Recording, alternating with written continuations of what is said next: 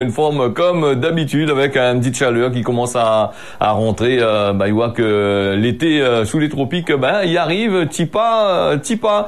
Mais salut les personnes là branchées sur la télévision, c'est des connectés aussi sur les bandes réseaux Facebook, YouTube et les autres réseaux, ça qui suivent à nous. Et mi salut aussi les personnes de la zone océan Indien, quand même pas mal de personnes y regardent à nous de ce côté-là, du côté de Mayotte, les Comores, les Seychelles, du côté de Madagascar, du côté de Rodrigue et aussi de la Réunion, sans oublier bien sûr nous te d'allons mauriciens bien connectés là-dessus, et pour cette y suivre le journal Misadote tient beau serré largue pas, et dans ce causer la Réunion là, on a beaucoup de faits divers quand même en dedans là, et puis la politique aussi avec les sénatoriales qui arrivent avec des promesses qui sera tenues ou pas, ça nous connaît pas.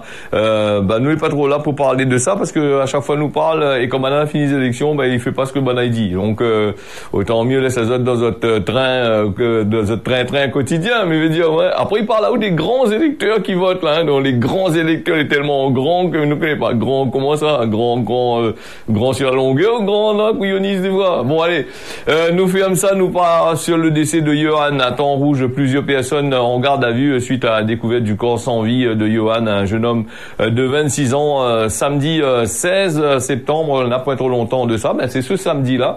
Donc dans le secteur de Saint-Giléo, plusieurs personnes ont été placées en garde à vue ce mercredi, c'est-à-dire hier, après plusieurs passages, de gendarmes patiraudés un peu partout, et puis elle a fait cette enquête.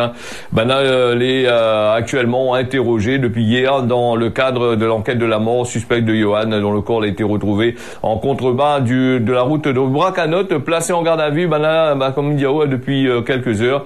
Mais quand passer la garde à vue à finir, en général, quand on l'a pris depuis hier, aujourd'hui, il est encore, normalement. Alors, c'est pour parler du décès du jeune homme, notamment sur une vidéo qui circule sur les réseaux sociaux, dans laquelle il voit le marmaille fait agresse à lui, et puis voilà, donc, il tabasse le marmaille, il tue le marmaille, après ils mettent dessus Internet, ils mettent dessus les réseaux sociaux, et après, ça se fait cocasette avec la loi. Donc, la loi est pas couillon, quelque part que tout ce que ça y mettent, les anodins, il passe le temps, maintenant le travail, le numérique, on a des sections, les fait pour ça, d'aller chercher, regarder, repérer, tout ça. Donc, pour rappel, les forces de l'ordre du groupe d'identification criminelle, elle avait resté plusieurs heures sur place dans la matinée de samedi pour tenter de déterminer les circonstances du drame. Donc, la piste de l'homicide involontaire a été étudiée par les enquêteurs. Là aussi, comme il dit aux autres, la plupart du temps, quand ils mettent une affaire sur les réseaux sociaux, tout ça là, sur YouTube et compagnie, alors fais attention à ce que vous y mettez, si vous avez fait des conneries, après vous y mettre dessus, il risquable par la suite, vous en avez des problèmes qui risquent de rattraper ça très très vite, donc on a des preuves, voilà, donc tu vois aussi que des personnes fait des courses sur des motos, par exemple, des pics à 200 km/h, 250 km/h, et après ils remontent directement vers ces autres, et ils verbalisent les autres, ils enlèvent le permis, ils saisissent une moto, comme vous l'avez vu, et donc les pareils, quand ils savent faire des bêtises dans l'école, ou ça tape de moon, ou ça insulte de moon, ça fait autres forfait parce que tu penses que sur machin comment dire ça, montre que j'ai fait le caïd sur le net, très tôt, vite fait, là il ferait dire ça directement, il glace ça direct, parce qu'il trappe ça comme qu'il faut, voilà. Alors c'est une bonne chose, continue faire des bêtises, mettre dessus, au moins une force de l'ordre là, non après trop de travail pour faire, juste vient travailler accueil à chez autres grand matin en réveillon. Voilà, en réveillant bien dans la journée, on ne sait jamais, il paraît qu'il y en a aussi pour les forces de l'ordre, à contrôler, attraper, donc je crois que c'est 6 heures grand matin d'après ce qu'il dit dans la loi française, et puis toute la journée, maintenant il peut rentrer dans d'autres cases si il calcule, il dit comment, il rentre pas comme ça, allez faire des bêtises, fait des machins comme ça, on voit si il rentre pas direct, il rentre pas, je vous dis ça, rentre par exemple, il vient, le monde la porte plainte à côté, il est en train de dispute, bataille, tout ça là, vous dites mais rentre, monsieur l'agent, viens, rentre pas ça, ça pas de mandat, ça pas rien du tout, ça pas envie de faire violation de domicile, s'il y a pas rien, et puis les autres gars, je sais pas que ça n'est dans dedans, comme là, il vient en groupe, en paquet, comme il dit. Alors donc là aussi vient paquet aussi pour Virapoulet aussi, donc l'affaire Moutien, la peine de Jean-Paul Virapoulet a été confirmée en appel pour voir de Jean-Paul Virapoulet, elle a été rejetée définitivement par la cour d'appel qui confirme dans le journal de Lille. Il parle de ça dans cette édition d'hier. Donc d'après les faits reportés, l'ancien maire de Saint-André l'a vu l'instance confirmer sa peine de 18 mois de prison avec sursis. Attention, il rentre pas en prison ce monsieur là, les 18 mois avec sursis tout simplement et 50 000 euros d'amende et 10 ans d'inéligibilité dans l'affaire du terrain de Moutien-Buc. Là, le boug, il pense pas que ça fait encore la politique, 10 ans d'inéligibilité. Bon, il a bien gagné, mais dit rien. Donc 50 000 euros sur tout ce que a été fait. Pour rappel, alors que Jean-Paul Virapoulet était encore maire de la ville, hein, la maison appartient à sa cousine. Elle a été vendue à 1 400 000 euros, mais d'après le conseiller municipal de l'opposition, Joël Bédier, donc il devrait être vendu aux enchères seulement à 630 000 euros. Cette vente avait été annulée par Éric Tuffery, le procureur de la République du tribunal judiciaire de Saint-Denis, et les affaires ont été interjetées en appel. Mais l'ancien élu de 76 ans l'avait expliqué, les liens parentés qui pouvaient justifier une prise illégale d'intérêt. Il s'agit de cousins au 5e degré et donc il n'avait plus aucun contact, hein, donc plus aucun contact, cousin 5e degré. Bon, il dit ça partout, hein, donc surtout bande de monde il fait un bon PC à vis partout. Hein.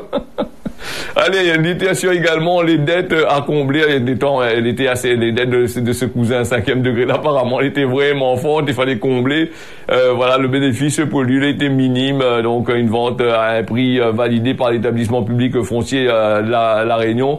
Le PFR, donc là aussi, il faut y voir Ben Naoji, parce que ça a validé toutes les bonnes affaires, tous les trucs comme Ben Naoji, pas condamnable. Si, non, on ne sait jamais.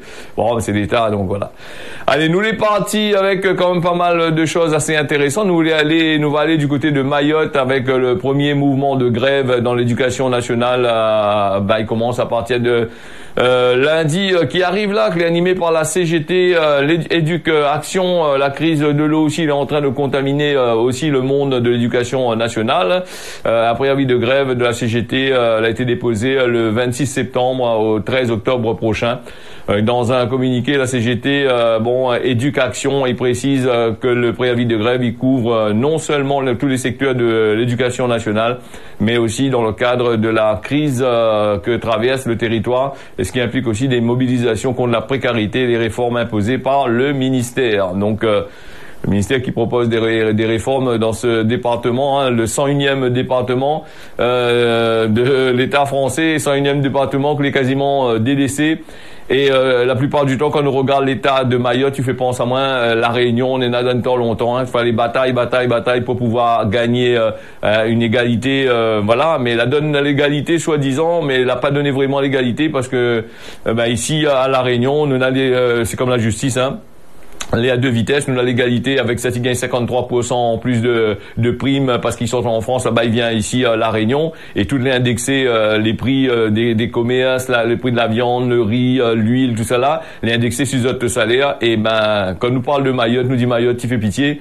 Garde La Réunion vraiment avec tous ces malheureux qui vivent avec un petit SMIG la plupart du temps ou donc que l'est obligé de payer 300-400 euros de gasoil pour aller travailler et après 500 euros loyer.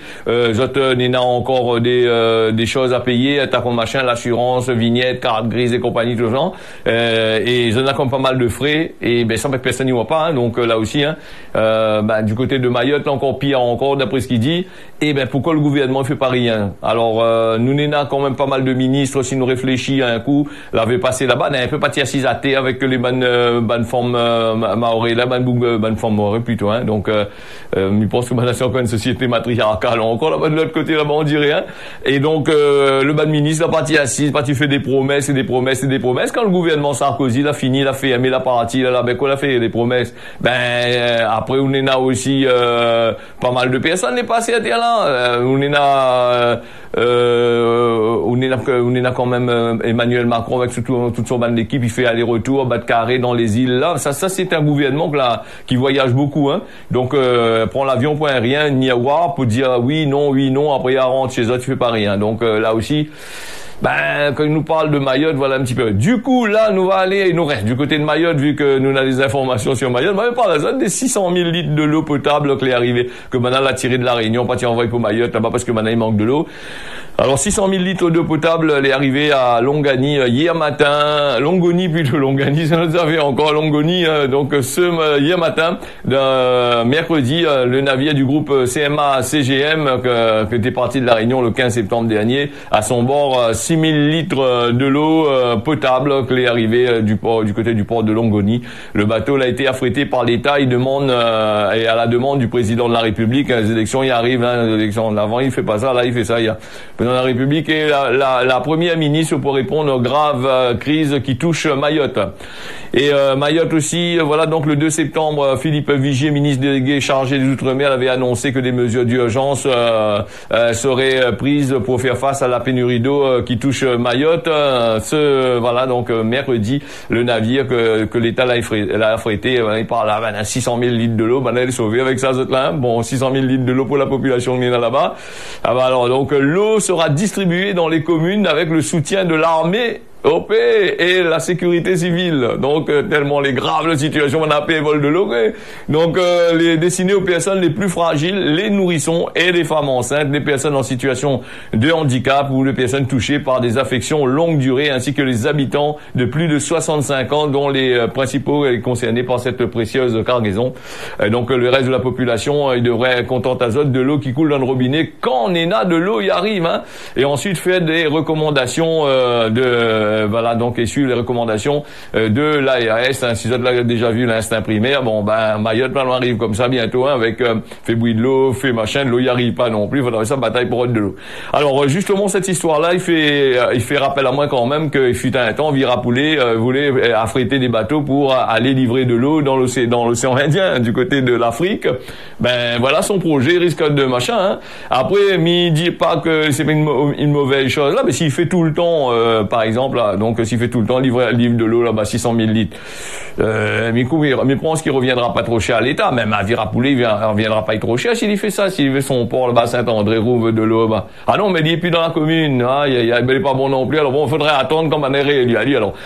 Donc ce que il disait là au plus, et en plus ces bandes navires là que les affrétés par le truc là, mais ces bandes cargo quand il arrive ici la Réunion finit de décharger là, il sera pas vide ça, il remplit apparemment, il remplit des machins et des cales les remplit de l'eau aussi, de l'eau de mer apparemment, parce que il faut que ce bateau là il flotte, il coule pas non plus. Un bateau vide, un grand cargo vide comme ça sur le machin, et il faut remplir de l'eau, il faut mettre du poids dedans. Voilà, c'est une bonne solution. On va participer aussi peut-être au réchauffement climatique.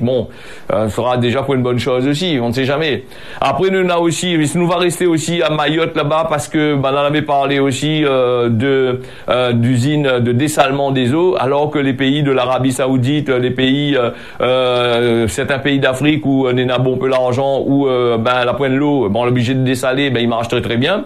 Alors nous comprenons pas pourquoi, moi des fois je comprends pas pourquoi la population mahoraise la pointe cette usine de dessalement des eaux de l'autre côté là-bas pour pouvoir. Alors apparemment aussi quand nous regarde un petit peu ce que les politiques y fait, hein, la langue de bois la plupart du temps c'est l'effort pour ça, parce que là dire si ça fait, la donne millions, la donne ici, mais la donne qui les millions pour faire ces usines de dessalement des eaux là, nous avons des camarades pour faire, mais un peu comme ici à la Réunion avec toutes les bonnes compagnies qui gèrent de l'eau. Ils gèrent quoi, ils trappent l'argent, mettent dans la poche, ils bougent pas plus que ça. Après les canalisations, les pétés. Après il fait pas, il met 20 millions, il avance pas. Bon, nous va bien voir là, nous va fermer la parenthèse sur Mayotte parce que moi nous plus axé sur la Réunion, mais là c'est une affaire intéressante parce que de l'eau il sort de la Réunion pour aller de l'autre côté là-bas, nous va parler. Après on a aussi des restrictions de l'eau aussi vient ici à la Réunion, donc parce que l'été il arrive, des gens avec cette bonne piscine pour les baigner dedans. Là aussi c'est notre problème aussi, lavage de l'eau aussi il risque d'avoir un problème. Connais le pareil avec la Réunion, on a ça dans tous les pays du monde, est confronté justement à ces histoires de sécheresse, réchauffement climatique et compagnie qui arrivent derrière. Alors les pays que la pointe trop de l'eau et le réchauffement climatique qui arrive avec les chaleurs et compagnie, mais ça bien ouais, mais comment ça fait pour baigner avec 20 litres de l'eau là, il baigne pas, ouais, comment il fait? Allez, donc une bouée de surveillance chinoise dans les eaux du Japon qui sème la discorde entre les deux pays depuis du rejet en mer de Japon de l'eau traitée par la centrale nucléaire de Fukushima. Le 24 août dernier, les relations les plus en plus bas entre Tokyo et Pékin, une bouée de surveillance chinoise flottant dans les eaux japonaises l'a fait encore monter d'un cran. Le ton, donc, le Japon l'a officiellement protesté auprès des autorités chinoises et il demande le retrait immédiat de cette bouée-là. Une bouée jaune au large d'une dizaine de mètres avec une inscription chinoise qui déclenche la colère du Japon. Le bateau des gardes-côtes là avait repéré l'objet flottant dans les eaux de la zone économique du Japon le 11 juillet dernier, à 80 km au nord-ouest de l'île de Senkaku, donc les îles inhabitées, les contrôlées par le Japon mais revendiquées par la Chine sous le nom de Diaoyu. Donc voilà, donc le Japon qui demande le retrait immédiat de ce bouée-là. Si c'était la Russie ou bien les États-Unis, il aurait plombé le bouée. Donc le Japon l'a encore fait appeler. Encore il dit enlève cette bouée, t'es là, il dérange à nous. Bon, si t'es comme il dit, hein, les États-Unis là-bas, on aurait fait exploser, la Russie n'aurait fait péter le bouée, pas avec ça. Et en pire encore, la Corée du Nord aurait détruit complètement lui. Hein, donc pas machin. Donc les Japonais l'ont un peu fait appeler. Encore il dit nous avons protesté à la fois à Tokyo et à Pékin à découverte par des gardes-côtes cette bouée dans la zone économique exclusive ZEE japonaise en mer de Chine orientale. Voilà, c'est ce que l'a déclaré à l'AFP là-bas. Un responsable du ministère des Affaires étrangères du Japon l'a demandé le retrait immédiat de la bouée. Alors donc les dans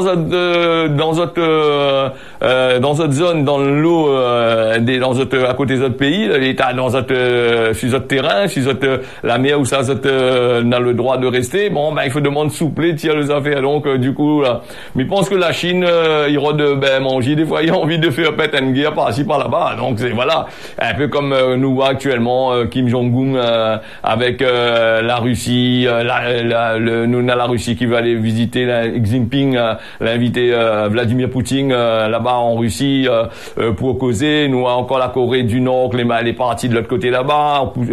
Poutine qui veut venir en Corée du Nord battre carré, vient causer machin là, bon des machins.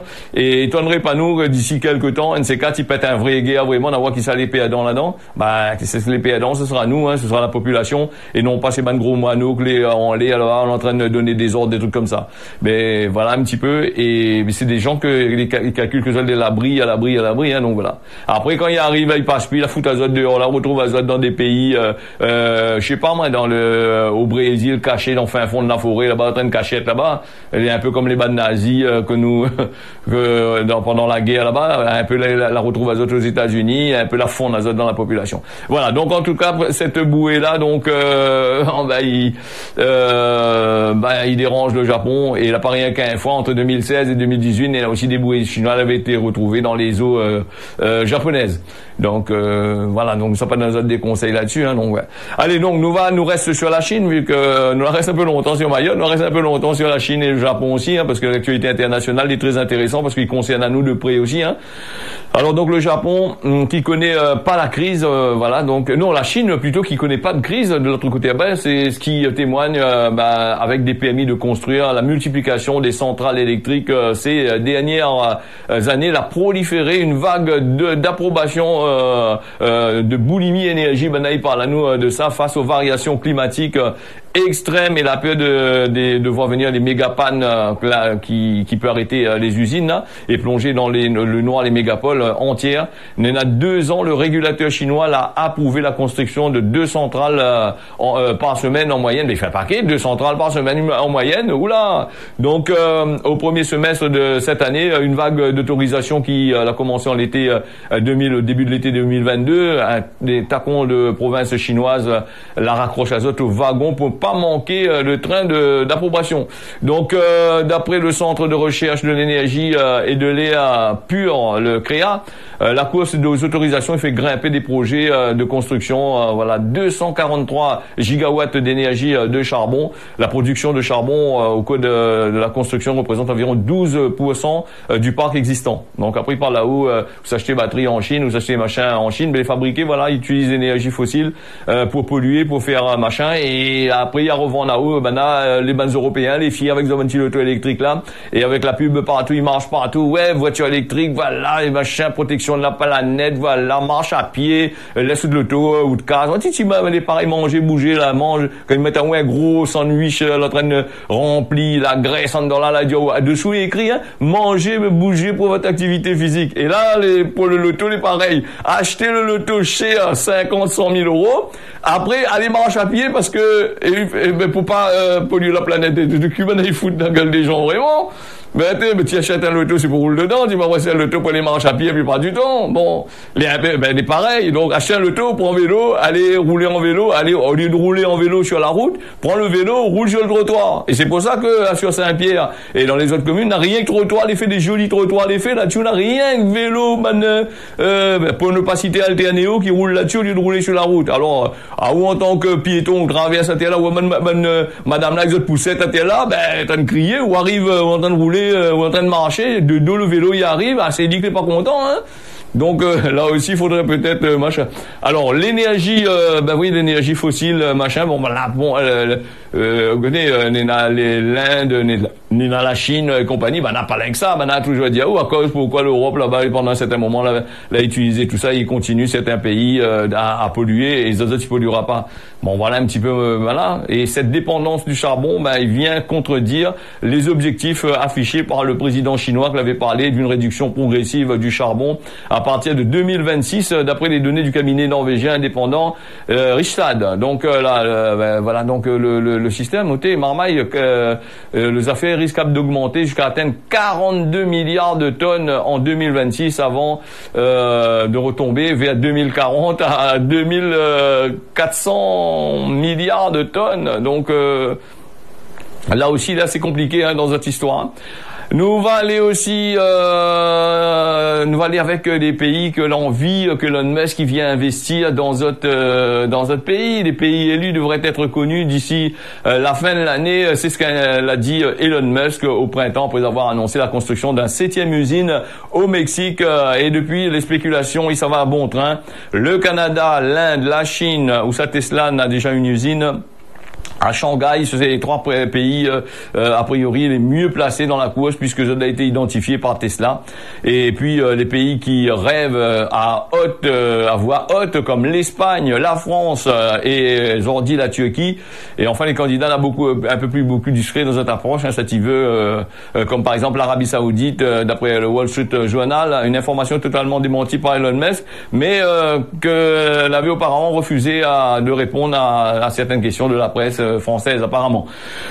Donc là, il veut faire des usines électriques là-dessus, dans notre machin, tout il y a Elon Musk en train de polluer la planète, au-dessus de la planète avec ses galaxies de satellites, avec ses le taux qui a besoin des batteries que les fabriquer avec l'énergie fossile, d'après ce qu'il dit, donc là aussi c'est notre histoire encore. Et ces pays-là, il faut savoir à peu près que ça se veut, un coup c'est noir, un coup c'est blanc. Donc aujourd'hui, ça les pour et demain ça les compte. Bon. Après, nous va bien voir aussi. Et là, nous va aller sur l'électricité nucléaire qui revoit les coûts d'EDF en hausse. Je voulais parler de cet article un peu plus longuement, mais là, aujourd'hui, m'a gagné parler un petit peu. D'après un document officiel publié dans le contexte de la Commission de régulation de l'énergie, la CRE, la CRE, donc, qui estime entre 57 et 61 euros par mégawattheure le coût de production élevé du coût de production de l'énergie nucléaire d'EDF. Un montant que les supérieurs à l'AREN, et ce mécanisme oblige EDF de vendre une partie de sa production à 42 euros le mégawattheure, mais inférieur à ce que a été calculé par la Cour des comptes en 2021. Ces nouvelles estimations, il ne devrait pas plaire du tout à EDF, qui va commencer par augmenter, moi, on a l'impression, les bons tarifs des particuliers, au moment où il commence des négociations avec de gros clients pour vendre des volumes sur le long terme à des prix que lui espère suffisamment élevés. Donc, le secret n'a pas duré longtemps et le contenu, il risque de ne pas ravir EDF. EDF, alors que la Commission de régulation de l'énergie l'a remis au gouvernement son rapport très confidentiel sur le coût de production de l'électricité nucléaire. En France, il y en a 5-6 jours de ça, donc voilà, le média il a mis la main sur la synthèse du texte qui a été publié le 18 septembre. Malgré la revalorisation des coûts la CREC, il parle des chiffres, il avance des chiffres là-dessus, et donc il faut bien pas produire de l'énergie pour pouvoir faire vendre, hein. Donc EDF il crie un peu là-dessus, il n'aime pas trop ça. Allez, vite fait avec deux petits messages comme on a reçu sur le 06 92 006 157. C'est Sylviane de Saint-Louis qui dit il faudrait arrêter avec bonnes élections mentales, rien que la propagande pour le malheureux. Donc et puis il y en a aussi notre message de Claudine de Bastère qui dit à nous que Kossa Fontaine il veut encore, il occupe pas la commune et il veut faire encore, arrête un peu. Voilà, donc c'est Claudine de Bastère qui a envoyé à nous ça. Alors j'hésite pas, j'ai envie d'envoyer un petit message, c'est sans problème, hein. Allez, Cosmo Gramoun, arrête de promettre ça que la pas azote. Voilà, donc quand on promet une affaire, il faut que les si on n'est pas où, arrête de promettre, hein. Et ça il vient aussi un petit peu par rapport aux hommes politiques qui promettent des choses. Ici là-bas, l'État français, si ça tu promettent une affaire et l'État français, quand ça là-bas, ils promettent quoi, là, promettent des affaires, ils ne pas donné, c'est à nous ça, nous donne à où, ou la promettre des milliards d'euros avec. Après ils discréditent les autres, voilà. Allez, donc je vais partir avec la météo aujourd'hui à La Réunion, on est plutôt du beau temps, peut-être dans des nuages dans l'après-midi sur certaines parties de l'île. L'île Maurice, les couverts ce matin, cet après-midi aussi, ce sera couvert bien comme qu'il faut, et puis peut-être de la pluie est prévue de l'autre côté là-bas, du côté de Mayotte, l'île au parfum, comme midi, la pointe de l'eau, mais la pluie tombe pas. Allez, merci à vous d'avoir suivi ça, rendez-vous demain matin à partir de 6h, et comme midi, si bon Dieu la pitié, allez, à trop, bonne journée à vous.